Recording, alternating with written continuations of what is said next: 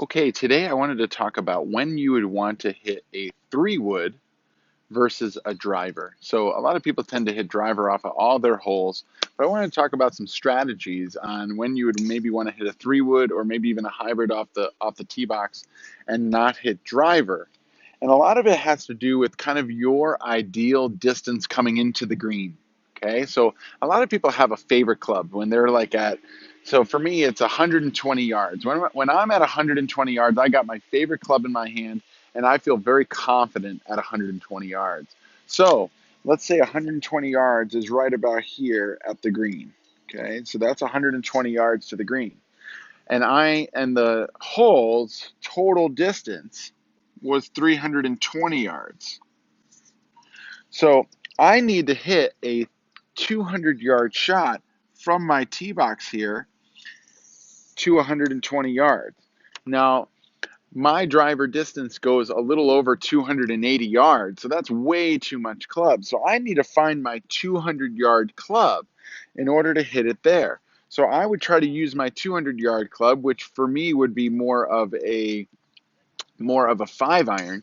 So I would hit a 5-iron off the tee, but for you it might be a 3-wood or a hybrid. But it's trying to find that ideal distance to the green, which is what we're trying to do. So finding that ideal distance, taking the total yardage and then subtracting your ideal distance from the green. And then that's the yardage that you want to hit from off the tee. And that would be a great thing for you to do, to be a little bit more strategic going around the course. Now let's just take away this just for a second. And let's also talk about why you might hit a 3-wood off the tee. Let's say up here at the corner goes, if you hit your drive and you hit it really good, you're going to go into here, which would be maybe a water hazard right here. This would be another reason to hit a 3-wood or a hybrid off the tee to get yourself to land about here. So maybe this is a hybrid distance, this would be a 3-wood distance, and then this would be a driver distance. So for this particular hole, I would want to hit a hybrid to get myself right in the middle of the fairway. Now, there's a couple times that you actually want to play a little bit more aggressive versus hitting the 3-wood off the tee. And that's if, let's take this away again. Okay. Let's take this away again and draw another situation here. Let's say I have a bunker here, a bunker here, and a bunker here. Okay, so this area here is pretty well guarded. But way up here, there's nothing.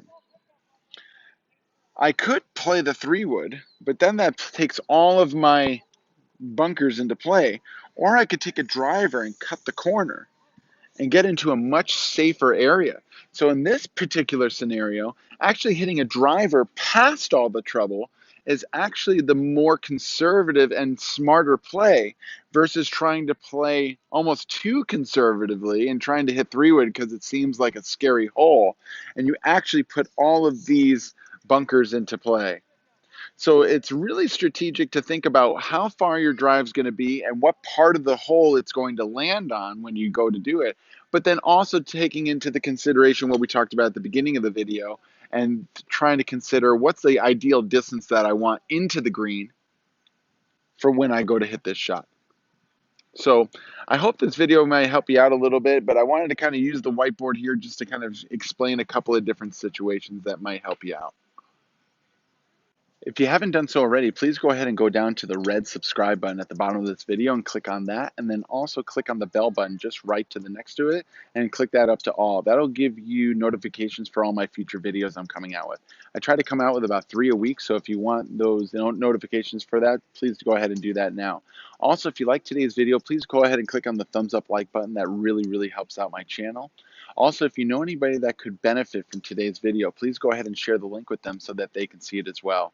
Lastly, if you have any questions or comments on today's video, please go ahead and put it down in the comments section. I try to read them all and give them all a reply.